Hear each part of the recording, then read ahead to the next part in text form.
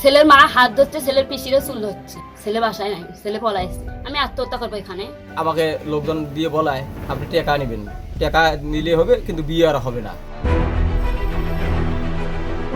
গাইবান্ধার সুন্দরগঞ্জে বিয়ের দাবিতে প্রেমিকের বাড়িতে অনশন করছে 14 বছরের এক স্কুল ছাত্রী। তবে ঘরে তালা দিয়ে গা ঢাকা দিয়েছেন প্রেমিক পলাশচন্দ্র বর্মন সহ তার পরিবারের লোকজন। রোববার বিকেল থেকে উপজেলার ছাপুরহাটি ইউনিয়নের উত্তর মরুয়াদহ গ্রামে বিমলচন্দ্র বর্মনের বাড়ির সামনে অনশনে বসে ওই কিশোরী। সোমবারও পলাশের বাড়ি গিয়ে মেয়েটিকে দেখা যায়।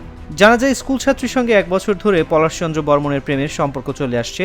পলাশ ওই মেয়ের সঙ্গে একাধিকবার শারীরিক সম্পর্ক করেন। সম্প্রতি বিষয়টি উভয়ের পরিবার ও এলাকাবাসীর মধ্যে জানাজানি হয়। এরপর থেকেই পলাশকে বিয়ের জন্য চাপ দিচ্ছিল মেয়েটি, কিন্তু তাতে পলাশ ও তার পরিবার রাজি হয়নি। এ নিয়ে ওই স্কুল ছাত্রীর বাবা এলাকাবাসী ও ইউনিয়ন চেয়ারম্যানের কাছে সুষ্ঠু বিচার দাবি করেন।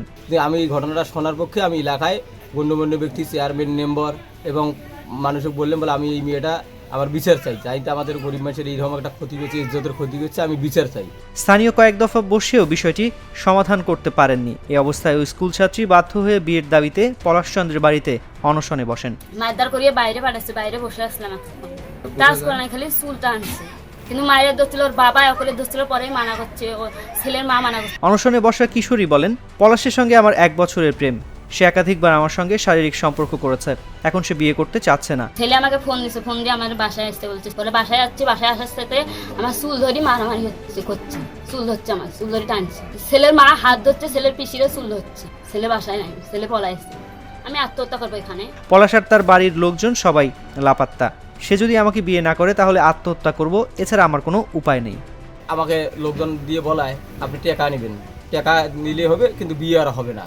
সেখানে হলো নমশূদ্র আর ক্ষত্রিয়। চেয়ারম্যান বললো আমাকে এইভাবে বলাতে আমি লোকজনকে বললাম তাহলে আমার মেয়ের কী হবে, তাহলে মেয়ে ইজ্জত আমি টাকার বিনিময়ে আমি মেয়ের ইজ্জত বিক্রি করবো। এখন গরিব মানুষের যদি আমার বিচার না থাকে আমি কী করি।